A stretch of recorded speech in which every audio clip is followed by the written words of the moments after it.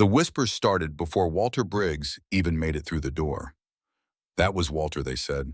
Poor old Walter. Farms with equipment so old it belongs in a museum, drives a truck held together by rust and stubbornness.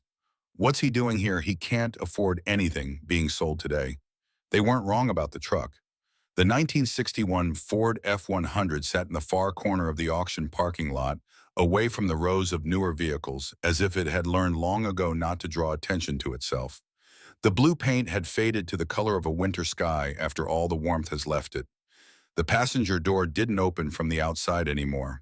The rear bumper was held on by a length of baling wire that Walter had replaced 3 times over the years, always with the same kind of wire, always tied in the same knot. His father had taught him when he was 9 years old. The engine still ran. That was what mattered. That had always been what mattered to Walter Briggs. He stepped out into the cold, pulled his jacket collar up against the November wind, and looked at the building in front of him. The Keller Farm Equipment Liquidation Auction. Waterloo, Iowa, November 4th, 1989. It was the biggest farm equipment sale in the history of the state, and everyone who was anyone in agriculture within 5 counties knew it. 32 John Deere tractors, all running, all well-maintained, being offered as a complete lot or individually. Dealers had driven in from Chicago, from Minneapolis, from Kansas City. The banks had sent representatives. Serious farmers in clean coats and newer trucks filled the parking lot, standing in clusters, talking numbers, talking horsepower, talking about the kind of money that changes a farm's future. Walter had driven 40 minutes from Millbrook to be here. He wore the same overalls he wore every day. They had been patched so many times that it was no longer possible to identify the original fabric. There were squares of denim over squares of canvas, over squares of something older still, a quilt of 30 years of hard work and careful repair. His flannel shirt was worn thin at both elbows. His boots were the kind that had once had a good life, but had long since separated at the welt on the right foot, the leather peeling back slightly with each step. His cap, of faded green that might once have advertised something, a feed company perhaps, or a seed brand, had lost its shape to weather and sweat and time. He was 58 years old, and he looked every year of it. He pulled a folded piece of notebook paper from his chest pocket. A pencil stub followed it. He unfolded the paper carefully, smoothed it against his thigh, and walked toward the entrance. Nobody held the door for him. Inside, the auction barn smelled of diesel and coffee and the particular nervous energy of men who had come to spend large amounts of money. The ceiling was high and the floor was concrete, and the sound of 400 conversations happening at once bounced off every hard surface and filled the space with a low, constant roar. Rows of folding chairs faced the auctioneer's platform. Along the walls, photographs of each tractor had been mounted on cardboard, number, model, year, hours, condition. Walter moved through the crowd, slowly reading each card, making small notes on his paper with the pencil stub. People moved around him the way water moves around a stone, not rudely exactly, but without acknowledgement. He was part of the background, the furniture of the room, a man-shaped detail that the eye registered and passed over. He found a spot near the back wall and stood there. That was when he saw Gordon Alcott. Gordon was 65 now, and the years had been generous to him in the way that years are generous to men who have never wanted for anything. He carried his weight well. His gray suit was well pressed. His shoes were polished. He stood near the front of the room with a cluster of Chicago dealers, a cup of coffee in one hand, speaking with the particular ease of a man who has spent 40 years being listened to. He was the director of First Heartland Bank of Waterloo, and he had come as the bank's representative to this auction because First Heartland had financed a portion of the Keller estate sale, and Gordon Alcott liked to be present wherever money of this size was moving. Walter looked at him for a long moment. He noticed that Gordon still held a coffee cup, the same way thumb and index finger through the handle, the cup tilted slightly outward, as if he were perpetually about to offer it to someone. He had noticed that 31 years ago. It was strange, the things that stayed. Walter looked away. He unfolded his paper again and made another note. Gordon Alcott had not recognized him. That was fine. Walter had not come here for Gordon Alcott to recognize him. The auction began at 9 o'clock sharp. Stan Mercer, the auctioneer, a compact man with a voice that seemed too large for his body and a delivery that turned numbers into music, opened the proceedings with a simple statement of fact. 32 John Deere tractors. the newest a 1987, the oldest a 1973, all in working order, all documented. He would offer the entire lot first as a single purchase, $2,400,000. The room was quiet. Stan came down, $2,200,000. Still nothing. 2 million even. Someone at the back coughed. Stan looked out across the crowd with the patience of a man who had done this 1,000 times and was not surprised by silence. All right, he said, we'll sell individually. The room relaxed. Hands came up. The first tractor, a 1987 John Deere 4,500 hours mint condition, opened at $90,000 and sold at $112,000. The second, a 1985 8860, went for $142,000 to a dealer from Charles City. The third, a 1984 4440, sold for $98,000. The bidding was quick and aggressive. Dealers and large farm operators pushing prices past what the smaller farmers in the room could follow. Walter watched from the back wall. He did not bid. He made notes. By noon, 18 tractors had sold. Total receipts, $1.9 million. 14 tractors remained. Stan called a lunch break. The food trucks were parked outside. The crowd moved toward them in a loose, cheerful wave, the particular warmth that comes over people after successful commerce, after the morning's tension has broken, and the numbers have been good, and everything is proceeding as it should. Walter walked to his truck. He sat in the cab with the door shut against the wind and ate the sandwich he had brought from home. White bread bologna, a thin spread of mustard, and poured coffee from the thermos. His mother had given him in 1961, the year before she died, a green metal thermos with a cork stopper that had never leaked in 28 years of use. He ate slowly. He drank his coffee. Through the windshield, he watched the crowd at the food trucks, the easy laughter, the backslapping familiarity of men who had known each other for years through the shared language of land and equipment and weather. Two men walked past the truck with Owen slowing. "Look at that rust bucket," one of them said. "I'm surprised it made it here." The other one laughed. "He probably couldn't afford a hot dog, much less a tractor." Their voices faded into the wind. Walter looked down at the remaining half of his sandwich. He was quiet for a moment. Then he finished eating, folded the wax paper neatly, and put it in the paper bag he had brought to carry his trash home. He poured the last of the coffee. He looked out the window at the flat Iowa sky, the color of old pewter, pressing down on the bare November fields. He thought about Earl Maddox. It was 1953 when Walter came home from Korea. He was 22 years old, and he had $400 in military savings and nothing else. No land, no equipment, no family farm waiting for him. His father had lost their 80 acres to the bank in 1949, 2 years after a late frost destroyed the corn crop and a dry summer finished what the frost had started. His mother had moved into town. His father had gone somewhere west and stopped writing letters after a while. Walter had nowhere to go, so he went to work. Earl Maddox was 60 years old and farmed 400 acres outside Millbrook by himself, a widower who had outlasted 2 farmhands and didn't much trust a third. He hired Walter at $110 a month with room in the equipment barn, a small space behind the tool wall, just big enough for a cot and a wooden box for clothes, but it was dry, and in winter it held the heat from the machinery, and Walter slept well there. He saved $80 out of every $110. He spent the rest on work boot soap and the occasional Sunday meal at the diner in town. He did not drink, he did not gamble. He had no particular plan yet, only the conviction carried back from Korea like a stone in his chest that he would not waste whatever time he had been given. For 2 years he worked for Earl. He learned everything Earl would teach him, not just how to operate the equipment, but how to read the soil, how to watch the sky, how to judge a season before it had fully arrived. Earl was not a warm man in the conventional sense. He did not offer praise easily or compliments at all. But he was fair and he was present, and in the evenings after supper, he would sometimes sit on the porch and talk about farming in a way that made it seem less like labor and more like a conversation with something very old and very patient. In the spring of 1955, Walter told Earl he thought he was ready to try farming on his own. Earl was quiet for a moment. He looked out at his fields in the particular way he had of looking at things he cared about, not staring exactly, just resting his attention there, letting his eyes settle.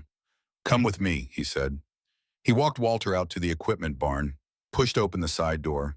led him past the big machinery to the far corner where a 1948 Farmal sat under a canvas tarp that had been keeping it company for 3 years. Earl pulled the tarp back. The tractor was not beautiful. It was red, or had been red. The paint was chalked and faded in long streaks where the sun had found it year after year. The seat was cracked. One of the rear tires had been patched, but the engine was sound. Walter knew it because he had helped Earl maintain. It had changed the oil and checked the timing and replaced the air filter twice in the years he'd been here. "She runs good," Earl said. "Take her." Walter looked at him. "Pay me when you're on your feet," Earl said. "Or don't. The land doesn't care about money, Walter. It cares about showing up." Walter stood there in the dim light of the equipment barn. The wind moved through a gap in the siding and made a low sound, almost musical.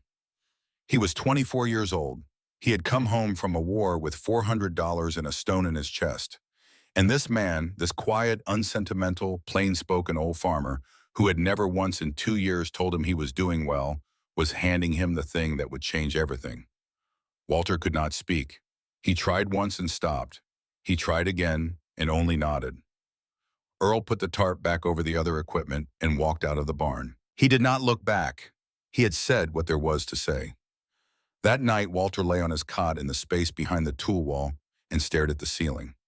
The tractor sat 10 feet away in the dark, real and solid, and waiting.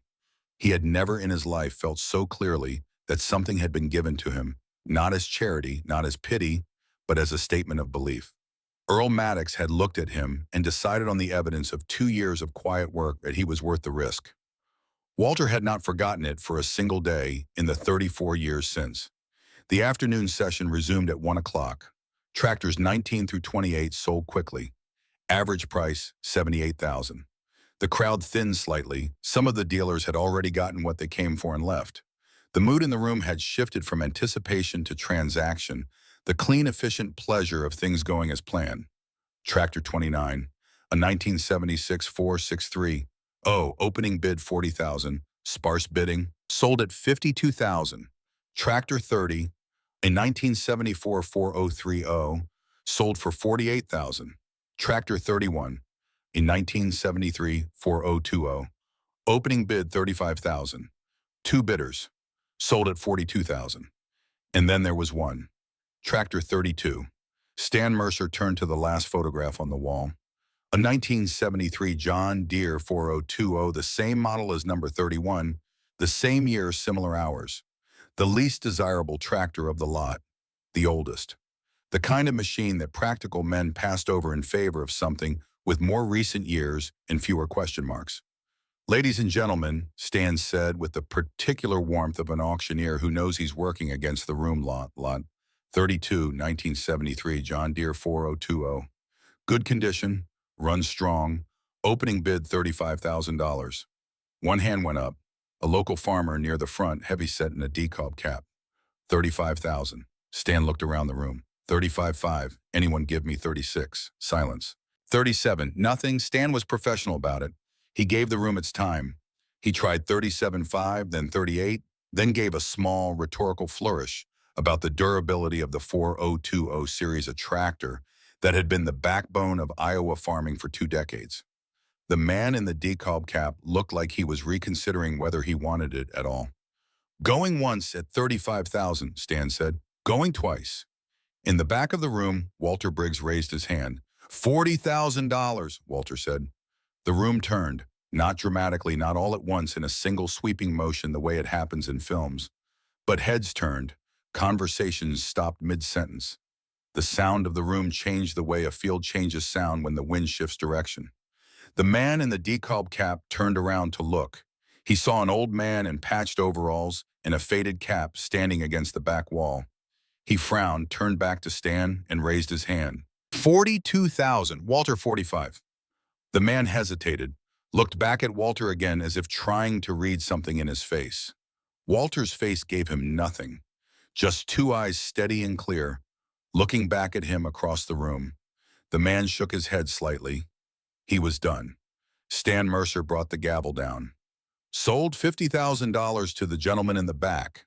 He looked down at his registration sheet, found the name. Mr. Walter Briggs of Millbrook. Near the front of the room, Gordon Alcott heard the name. He turned slowly. He looked at the man in the patched overalls standing against the back wall. Something moved in his expression, not quite recognition, not quite confusion, something between the two. The particular look of a man who is searching his memory for a file he is not certain he ever kept. Walter did not look at Gordon. He was already moving toward the payment table. Her name was Nora Alcott, and she was 30 years old, and she had been working the payment table at agricultural auctions across 3 counties for 4 years. She had processed transactions ranging from $2,000 to $200,000. She had seen farmers who cried after winning a bid, and farmers who shook hands without expression, and farmers who immediately got on the phone to tell someone the news. She thought she had seen most of what there was to see at farm equipment sales. She looked up when the man in the patched overalls reached her table. "Mr. Briggs," she said, finding his name on her sheet. "Lot 32, $50,000. She looked up at him. "How will you be paying?" "Check," Walter said. "A check is fine." He reached into the breast pocket of his flannel shirt and produced a checkbook. It was old, the vinyl cover was worn to bare cardboard at the corners, and he opened it to the register with the practiced ease of a man who had been writing checks from the same account for a long time. He filled out the amount, $50,000. He signed his name in a hand that was plain and even and unhurried. He tore it out carefully along the perforation and placed it on the table in front of Nora. She looked at the check. First Federal Bank of Millbrook. Account number she recognized, not specifically, but categorically. A business account, an old one. She processed it, handed him his receipt. "You're all set, Mr. Briggs. The tractor is yours." Walter nodded, folded the receipt once and put it in his chest pocket. He picked up his pencil stub and his notebook paper, looked at the list he had made that morning, looked at it for a long moment, and then folded it as well and put it away. He turned to leave. Nora watched him go. She didn't know why she was still watching. Something about the way he moved unhurried and quiet through a room full of men who had all come here with purpose and noise, and how he had purchased a $50,000 tractor and was leaving with less ceremony than most men showed when buying a bag of seed. At the door, Walter paused. From across the room, Gordon Alcott was looking at him. Really looking this time, no longer searching, but certain. Walter could feel it without turning around. The particular weight of recognition from a man who is not sure he wants to have recognized you. Walter walked out. The November air hit him cold and clean. His boots crunched on the gravel. He unlocked the Ford F-100, the driver's side, which still worked, and sat for a moment in the cab without starting the engine. He unfolded his notebook paper one more time. 31 items remained on the list. Numbers 1 through 31, each with a model designation, a year, a sale price he had noted in his careful pencil hand during the course of the day. He read through them slowly, the way a man reads something he has already decided about but wants to confirm once more. Then he folded the paper and put it in the glove compartment. He started the engine. The F-100 turned over on the second try the way it always did, and he pulled out of the parking lot onto the county road and drove toward Millbrook through the long, flat light of a November afternoon in Iowa. The fields empty and brown on either side, the sky pressing down gray, and even the same sky that had been over this land for 1,000 years before Walter Briggs was born and would be over it for 1,000 years after he was gone. He drove the speed limit. He always drove the speed limit. Monday morning came cold and clear, the kind of Iowa November day that has no particular argument with you, but makes no promises either. The auction office opened at 8. Walter arrived at 7:45 and sat in the F-100 until he saw lights come on inside. He walked in at 8 o'clock. Nora Alcott looked up from behind the counter. She had not expected to see him again. Most buyers came in once to pay, to arrange transport, to sign the transfer paperwork, and that was the end of it. Walter Briggs had already done all of that. "Mr. Briggs," she said, "can I help you?" Walter reached into his chest pocket and placed the folded notebook paper on the counter between them. Nora looked at it, then at him.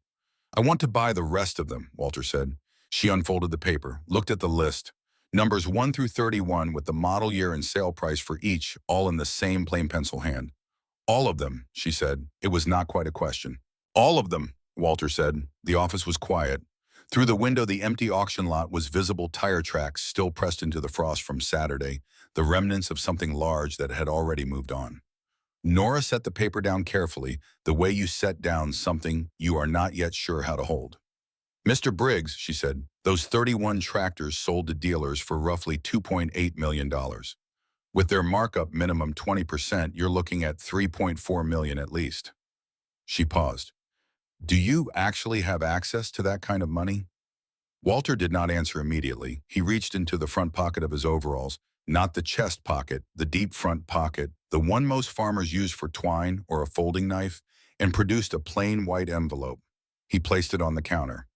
Inside was a single folded sheet of paper, a bank statement, monthly summary, October 1989. First Federal Bank of Millbrook. Account balance $11,240,000. Nora Alcott's hands did not tremble exactly, but she set the statement down more carefully than she had picked it up. And for a moment, she simply looked at it, and then she looked at the man on the other side of the counter, at the patched overalls, and the worn-out boots, and the faded cap, and the quiet eyes that had not changed expression since he walked in. Can you contact the dealers? Walter asked. Nora looked up. She was 30 years old, and she had been raised in Waterloo, Iowa, and her father was a banker, and she had grown up understanding money in the abstract, the way people who grow up around it often do, as a thing that exists in columns and percentages in proper channels. She had never in her professional life stood across a counter from $11 million dressed in patched overalls. Yes, she said, I can contact them. Walter nodded. I'll need all 31, he said, but there's no hurry. Take the time you need. He picked up his envelope, folded it back into his pocket, turned toward the door. Mr. Briggs, Nora said. He paused. What do you need 32 tractors for? Walter was quiet for a moment. He looked out the window at the empty lot, at the tire tracks in the frost. Not for me, he said. He walked out. The door closed behind him. Nora stood at the counter for a long moment after he was gone, the notebook paper still spread out in front of her, 31 line items in pencil, the most ordinary-looking list she had ever seen. Outside, the Ford F-100 started on the second try. She watched it pull out onto the road and disappear toward Millbrook rust and baling wire, and 40 years of Iowa winters moving steadily through the cold morning light. She picked up the phone. By Tuesday afternoon, Nora had reached all 7 dealers. She had expected resistance. She had expected the kind of careful negotiation that large transactions require, the back and forth, the counter offers, the long silences while men consulted with other men. What she had not expected was how quickly they all said yes. The first dealer, a man named Garrett out of Chicago, who had bought 4 of the larger tractors, went quiet for a moment when she explained the situation. Then he said, the whole lot, all 31, she confirmed. Another silence. Cash. She confirmed that too. He came back on the line 30 seconds later with a number. It was fair, not generous, but fair, and she wrote it down. The other 6 calls followed a similar pattern.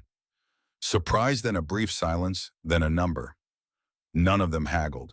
There was something about the request itself, the scale of it, the plainness of it, the fact that it came through a small auction office in Waterloo, Iowa, rather than through a law firm or a corporate acquisition department, that seemed to catch each of them off guard in a way that made negotiation feel beside the point. By 4 o'clock Tuesday, Nora had a total. She called Walter at the number he had left, a landline, no answering machine. She let it ring 8 times before he picked up. $3,280,000, she said. Combined with what you paid Saturday, the total for all 32 tractors comes to $3,330,000. There was a pause on the line. That's fine, Walter said. I can have the transfer paperwork ready by Wednesday morning. I'll be there at 8. He hung up. Nora held the receiver for a moment after the line went dead, listening to the tone. Through her office window, the last of the November light was settling flat and cold over the auction lot. She had been doing this job for 4 years. She had processed a lot of paper. She had never once had a Monday morning lead to a Wednesday that looked like this one. Walter arrived Wednesday at 5 minutes to 8. He brought his banker with him, a quiet man named Mr. Telford from First Federal, 60 years old, gray-suited, who carried a leather document case and spoke only when spoken to. Together they sat across from Nora and the 7 dealer representatives who had each sent someone to be present for the transaction. The room held 10 people, and the particular silence of men who are about to move a large amount of money and have nothing useful to say until the paperwork is complete. Telford opened the document case and produced the cashier's check. $3,280,000, made out collectively to the dealer group with a distribution schedule that Nora had prepared the previous afternoon and that Telford had reviewed that morning. He placed it on the table. The dealers looked at it. One of them, the Garrett representative from Chicago, leaned forward slightly, then leaned back again. Nobody said anything for a moment. Walter sat with his hands flat on the table, looking straight ahead. "Everything in order?" he asked. Telford confirmed that it was. The papers were signed, the check changed hands. Nora processed the transfer documentation for all 31 tractors. It took 40 minutes. When it was done, Walter Briggs owned every tractor that had been sold at the Keller auction, all 32, with a total outlay of $3,330,000 paid over the course of 5 days in 2 separate transactions without a single word of negotiation, without a single moment of visible hesitation. The dealer representatives filed out. Telford packed his document case and excused himself quietly. Walter remained seated. Nora was gathering papers. She paused, looking at him. "Mr. Briggs," she said, "the reporters have been calling. The Waterloo Courier, the Farm Journal. You don't have to speak to any of them, but they're going to run the story either way." "Let them," Walter said. "It doesn't matter. They'll want to know what you're doing with 32 tractors."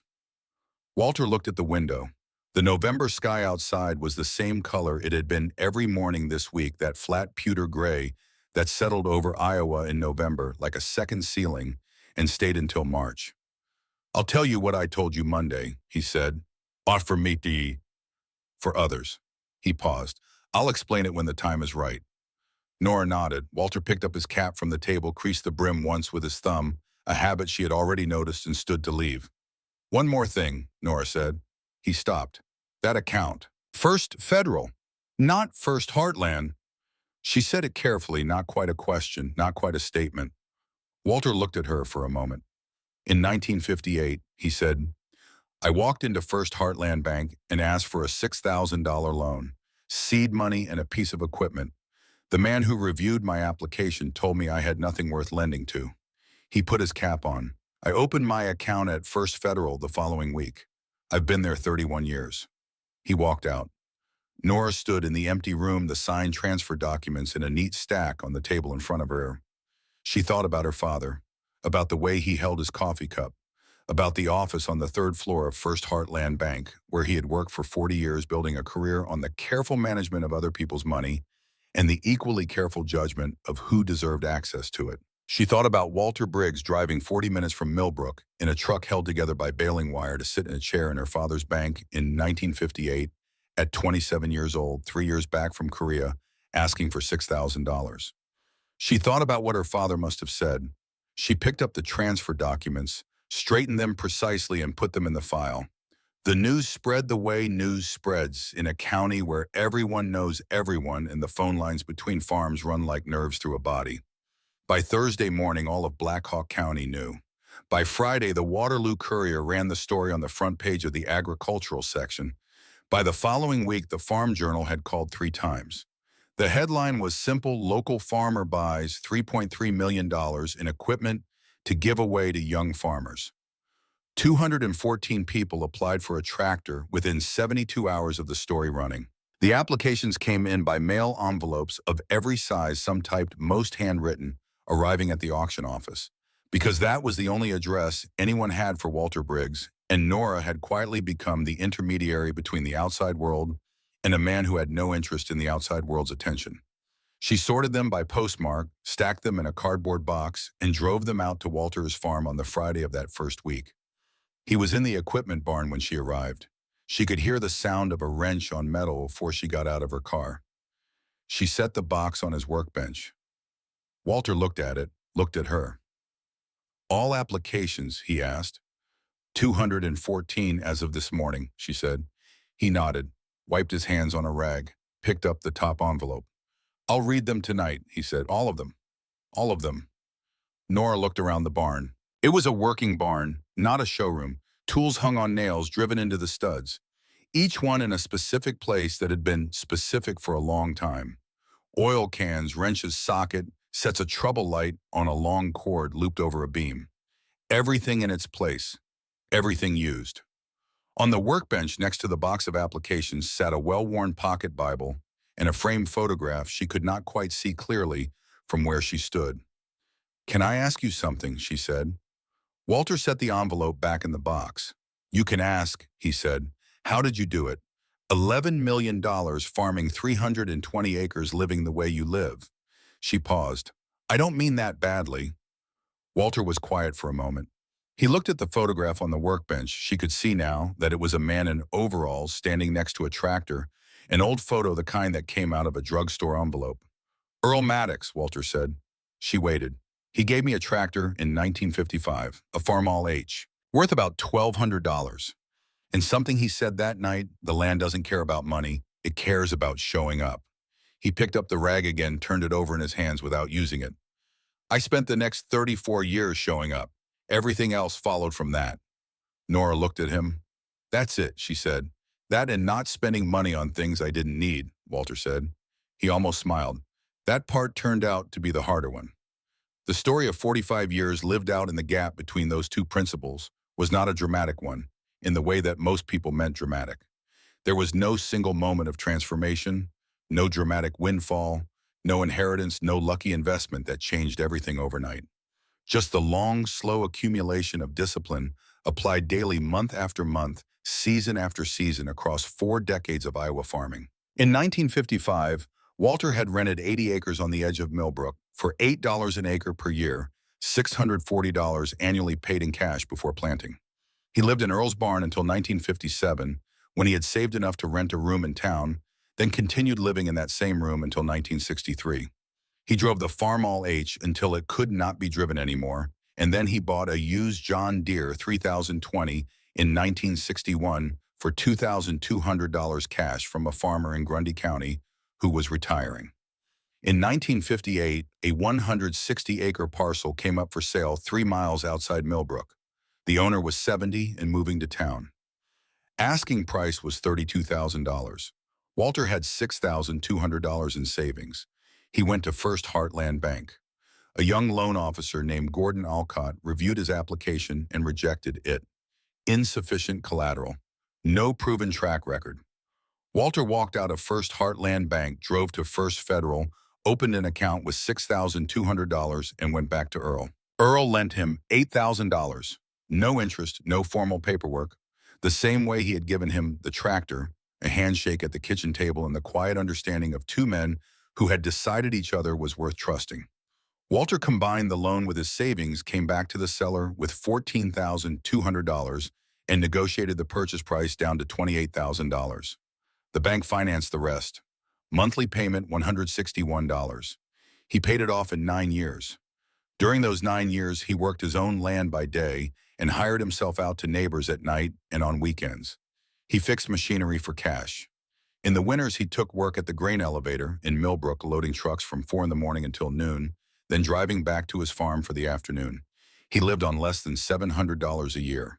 He did not think of this as deprivation. He thought of it as math. When the land was paid off in 1967, Walter was 36 years old and owned 160 acres free and clear.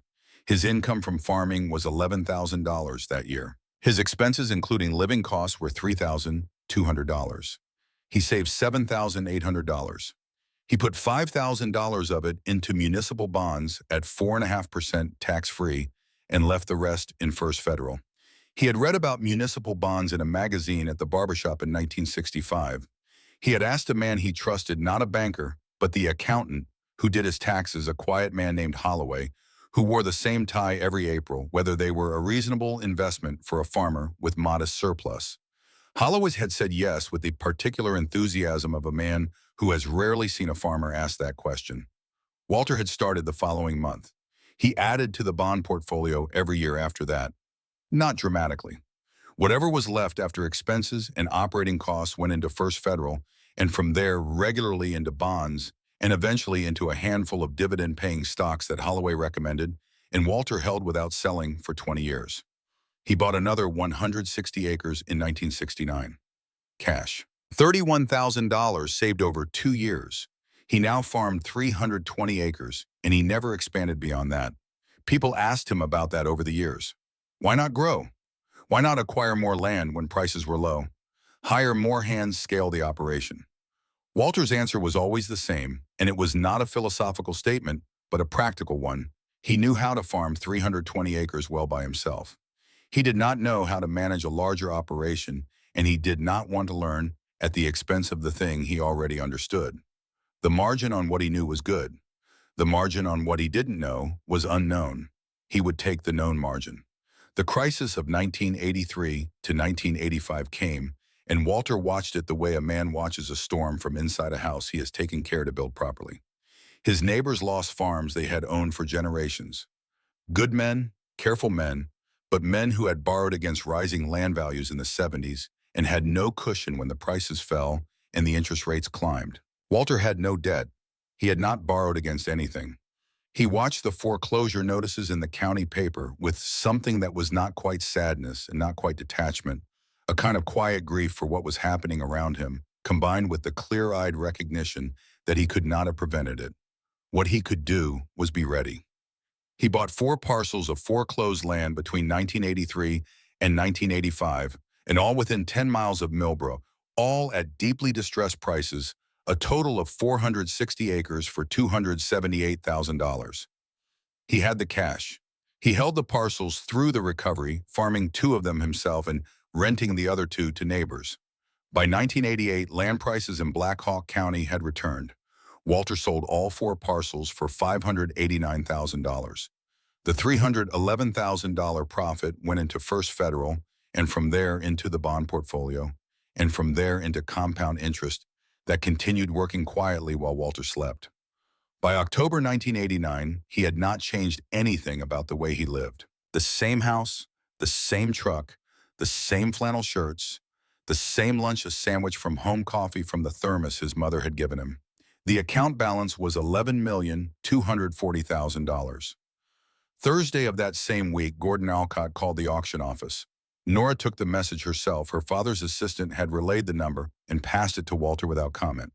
He called back from the payphone at the Millbrook gas station that evening. Gordon proposed a meeting.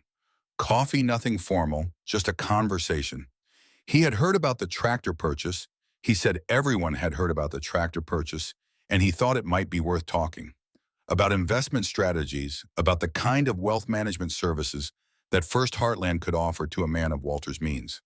His tone was smooth and practiced the tone of a man who had been making this kind of call for 40 years and had learned to make it sound like an invitation rather than a sales approach. Walter agreed to meet. They met the following Tuesday morning at the Millbrook Diner. Gordon arrived in a clean car and a well-pressed coat and ordered coffee with the ease of a man who knew that someone else would pay for it. He spoke for several minutes about interest rate environments, about portfolio diversification, about the importance of institutional relationships at Walter's level of assets. He was articulate and well-informed, and he made the case for First Heartland Bank, the way a good attorney makes a case, marshaling evidence, anticipating objections, never leaving a silence long enough for doubt to settle into it. Walter listened to all of it without interrupting. When Gordon finished, Walter looked at his coffee cup for a moment. "Mr. Alcott," he said, "in 1958 I came to your bank. I was 27 years old. I had been farming for 3 years, and I needed a $6,000 loan for seed and a piece of equipment." He paused. "You rejected the application. You told me I had nothing worth lending to." Gordon was quiet.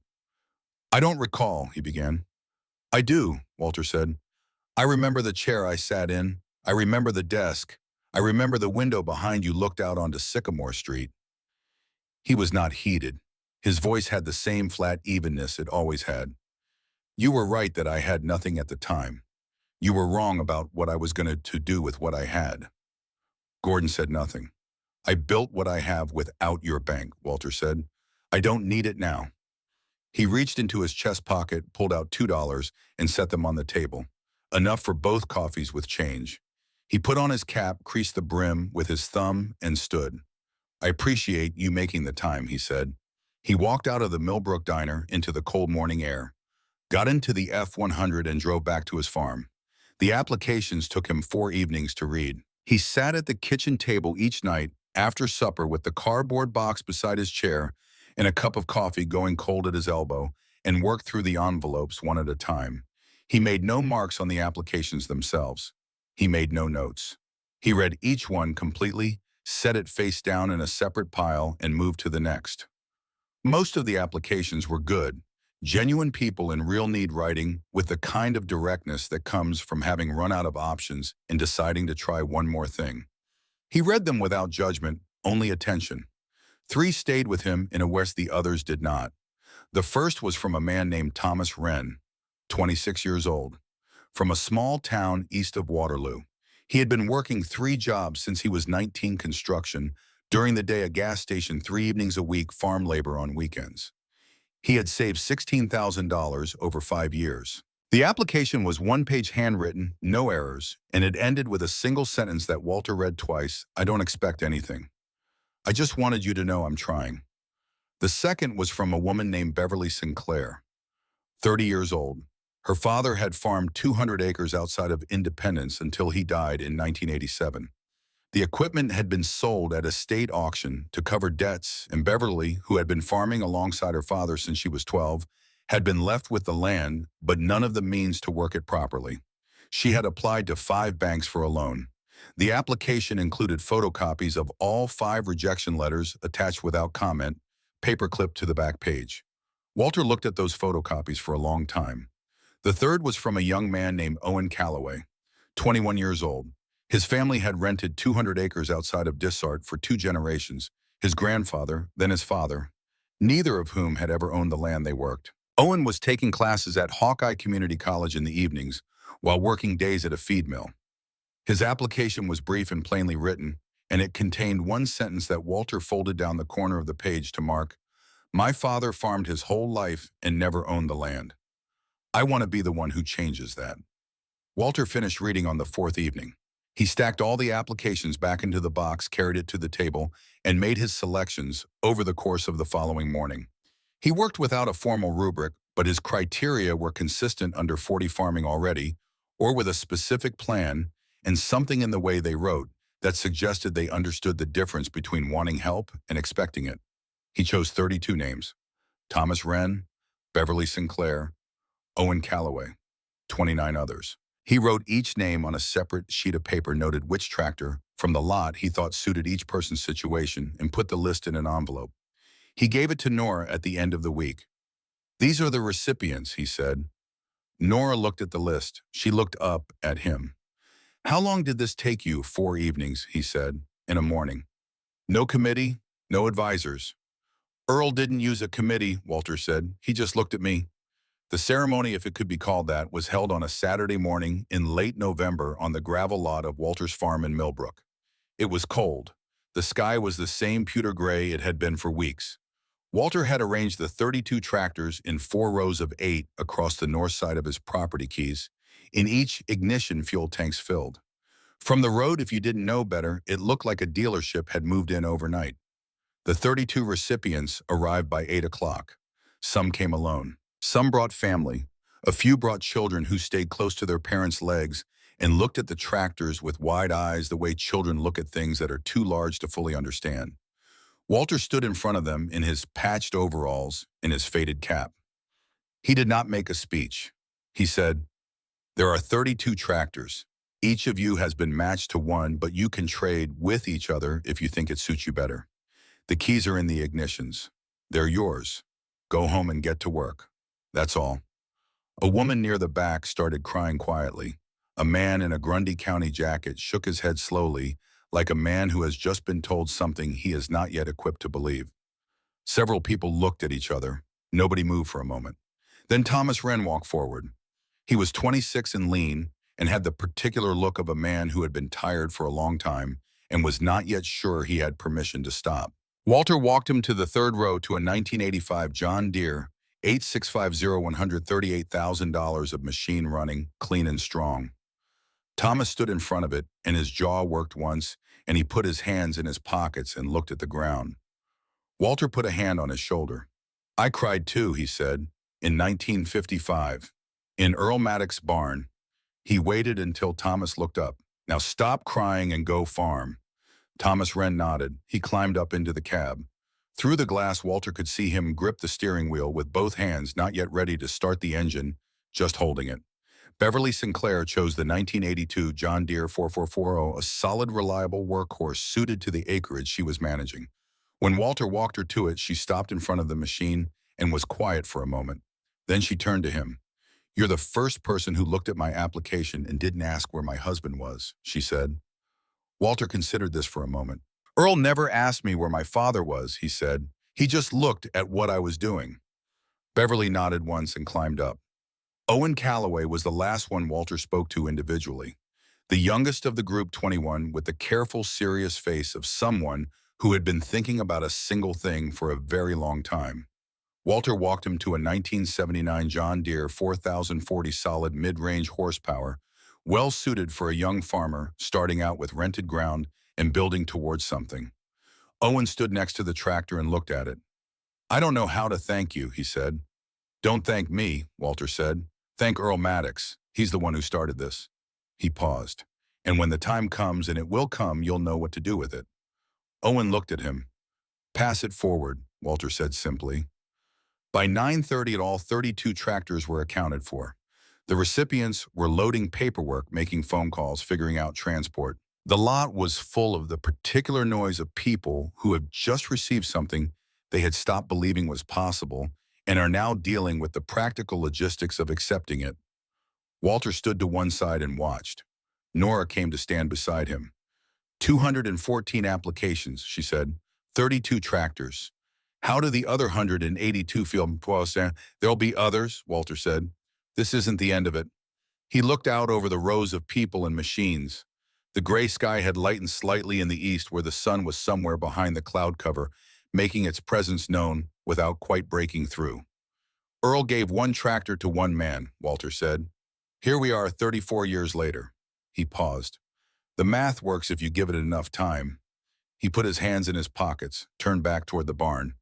"There's one more thing I need to find," he said quietly, more to himself than to Nora. She watched him walk toward the farmhouse, the patched overalls, the worn boots, the faded cap, the same as he had always been, crossing his own gravel lot, as unhurriedly as a man who has already arrived at everything he was ever going to arrive at, and has simply decided to keep walking anyway. The drawer had not been opened since the autumn of 1981. Walter knew this because he remembered closing it. He remembered the afternoon, a Tuesday in October, 3 weeks after Earl Maddox's funeral, when he had come home from the cemetery in Millbrook and sat at the kitchen table for a long time without taking off his coat. He had put Earl's things in the drawer that evening.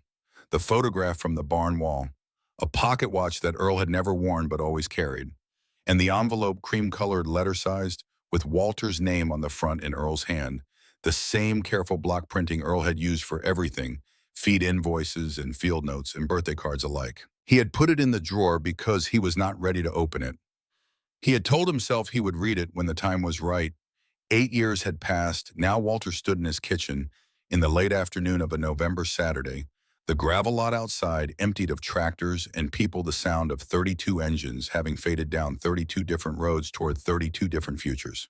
He made a cup of coffee. He sat at the table. He looked at the drawer for a moment, the way a man looks at a door he has been walking past for years and has finally decided to open. He pulled it out. The envelope was exactly as he had left it, undisturbed, slightly yellowed at the edges, his name in Earl's block printing. He turned it over in his hands once. The seal had been glued carefully the way Earl did everything. Walter opened it with his pocket knife along the top edge, clean and deliberate. One page. Pencil, not pen. Earl had always written in pencil, the way farmers wrote things they expected to last, because pencil could be corrected, and Earl believed that almost everything worth writing was worth getting right. The date at the top was March 14th, 1979, 2 years before Earl died. Written when Earl was 84 years old and still walking his fields in the morning, still clear-minded, still himself. "Walter, I heard you bought the Henderson land last fall. Cash. 160 acres. Holloway mentioned it in passing. He didn't mean to, but I asked, and he told me. I'm not surprised. I knew the day you showed up at my door in 1953, you were going to be all right. I just didn't know how all right. I want you to know that giving you that tractor was the easiest decision I ever made. I've made a lot of decisions in my life. Some of them were right, some of them weren't. That one was right. When the time comes, and it will come because you are the kind of man that time comes for, you'll know what to do. You always did. I never had to tell you twice. I'm proud of you, son. I don't say that to many people. I mean it to fewer. I mean it to you. Earl Walter set the letter on the table. He sat very still. Outside, the wind moved across the empty lot, and the November light was going, and the kitchen was quiet in the way it was always quiet, not lonely exactly, but singular, the quiet of a life lived in one register for a very long time. The coffee cooled beside him. He did not drink it. For the first time in many years, he would not have been able to say exactly how many Walter Briggs put his face in his hands and wept. Not from sorrow, not precisely. From something that had no clean name, the compressed weight of 34 years of distance from a man who had believed in him, the strangeness of being told in the past tense from beyond the grave that you had done what you were supposed to do, the grief of it, the gratitude of it, the way both things could exist at once and press against each other until something gave way. He cried for perhaps 5 minutes. Then he stopped the way a man stops when there is nothing more to be said about it. He folded the letter carefully along its original creases, put it back in the envelope, and placed it on the kitchen counter where he would see it every morning. He drank the cold coffee. He went to bed. 10 years passed the way 10 years pass in Iowa, farming in seasons, not calendars. Planting and harvest, frost and thaw, the slow, reliable turning of land that had been worked for generations and expected to be worked for generations more. The 32 tractors scattered across Black Hawk County and the counties around it, and the people who drove them got to work. By 1999, 28 of the original 32 recipients were still farming successfully. The other 4 had left agriculture for reasons that had nothing to do with equipment, health, family circumstances, a move west. The 28 who remained had collectively expanded their operations beyond anything they had managed before. The numbers were not small. More than 18,000 acres under cultivation. More than 60 people employed. Millions of dollars cycling through the local economy in seed purchases, in equipment maintenance, in fuel and grain sales, in the 1,000 small transactions that farming generates. Thomas Wren was farming 800 acres.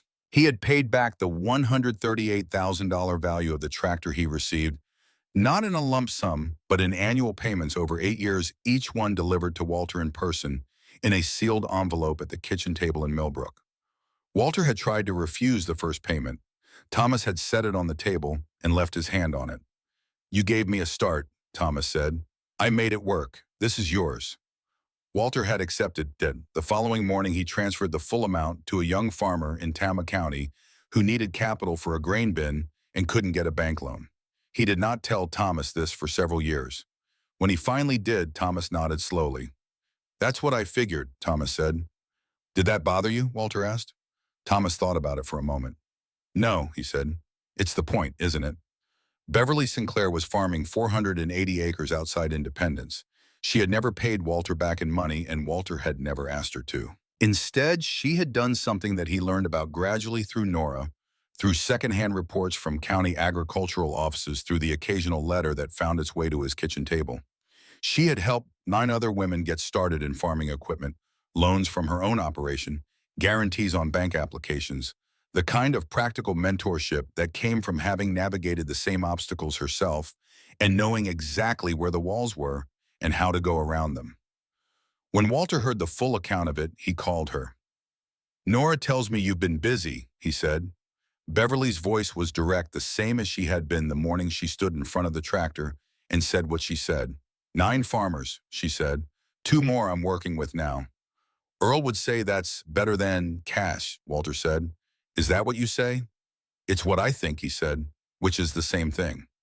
Owen Calloway had bought his first land in 1999. 160 acres outside of Dysart, paid in cash at 31 years of age. He had saved for 10 years with the same discipline Walter had described to Nora in the equipment barn, not spending money on things he didn't need, putting the difference into accounts that worked while he slept. When he took possession of the deed, he stood in the field he now owned and did not say anything for a long time.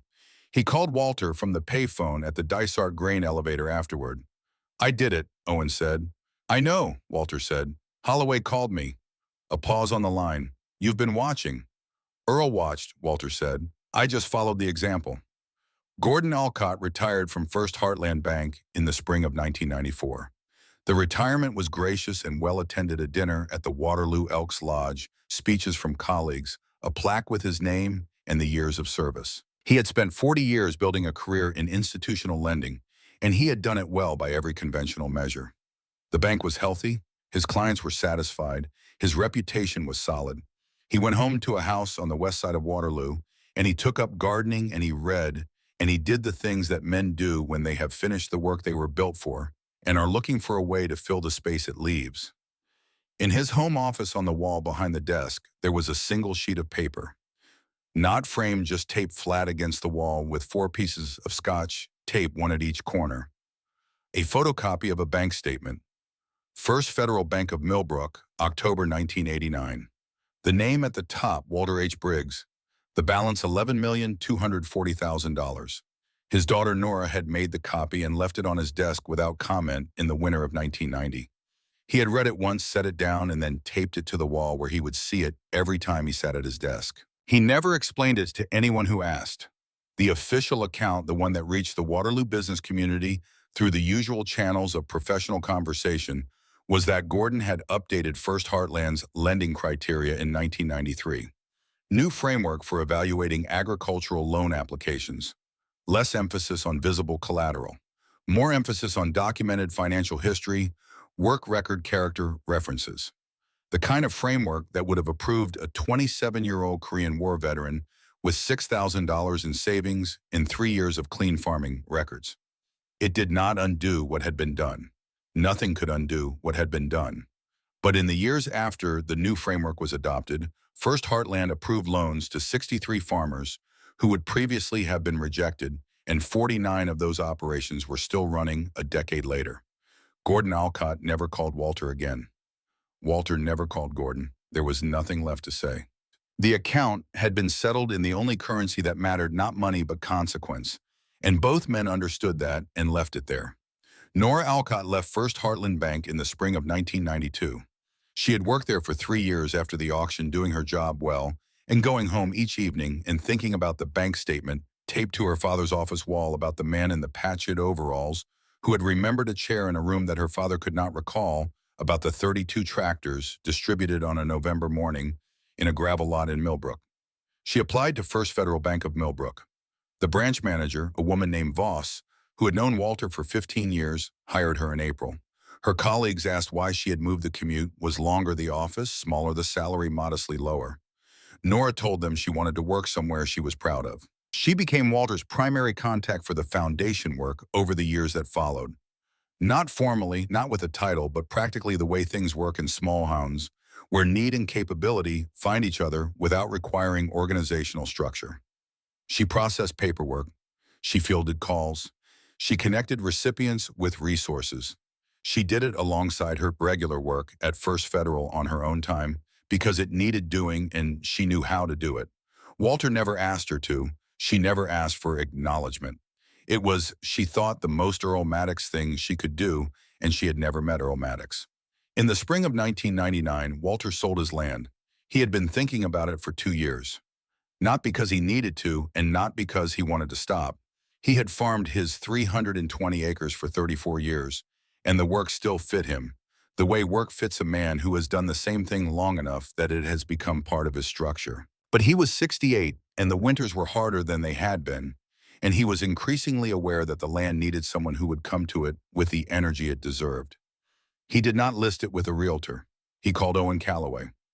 Owen was 30 years old. He had been farming the land he had bought in Dysart for less than a year, and he was already looking at what came next the way Walter had taught him to look, not with impatience, but with the long forward attention of a farmer who understands that the decisions made today are the ones you live with in 10 years.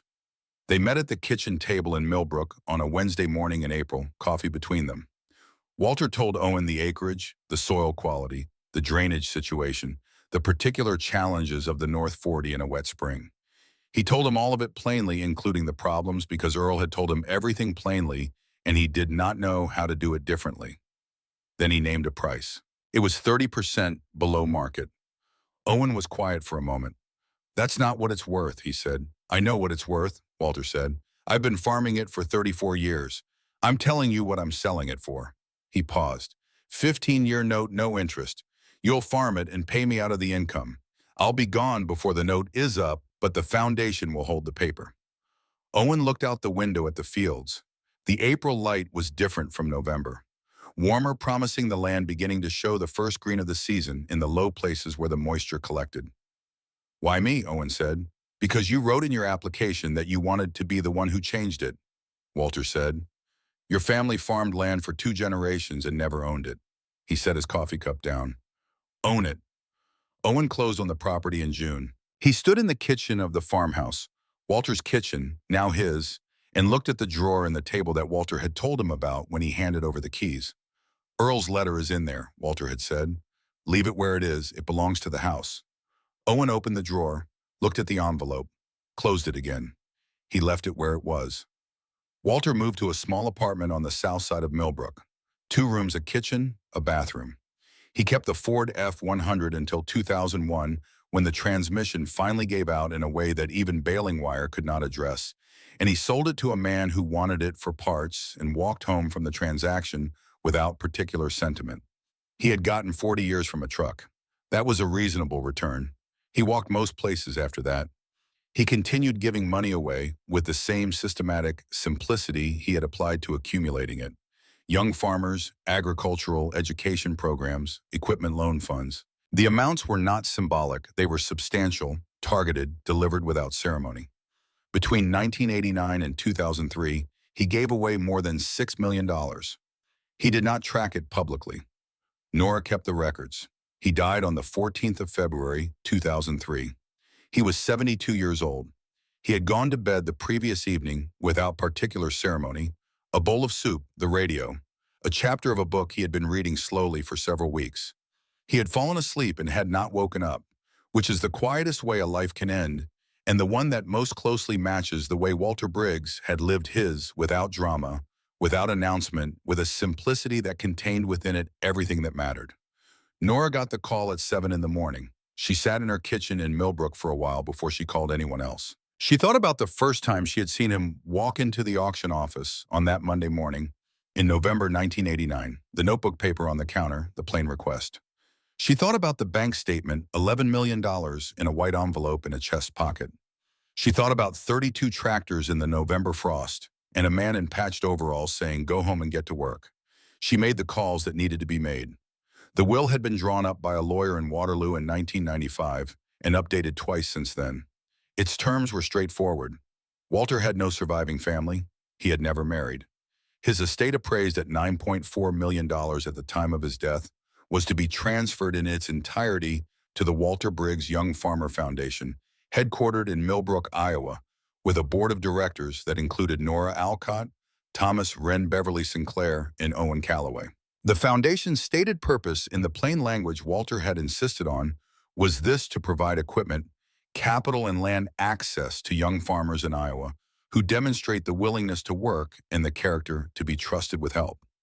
No other criteria, nothing about background or history or collateral, just work and character. The same criteria Earl Maddox had applied in a barn in Millbrook in 1955. The funeral was held at First Methodist Church of Millbrook on a Saturday morning in late February, 3 weeks after Walter died. The church held 350 people. 900 came. They filled the pews in the standing room and spilled out into the cold morning air, standing on the church steps and in the parking lot listening through the open doors. Farmers in good coats and farmers in work coats. Men who had known Walter for 50 years and men who had known him for 2. Women who had received help from Beverly Sinclair and come to pay a debt they felt they owed. Children who had no idea who Walter Briggs was, but had come with their parents and stood quietly in the cold because something in the weight of the occasion told them this was worth being present for.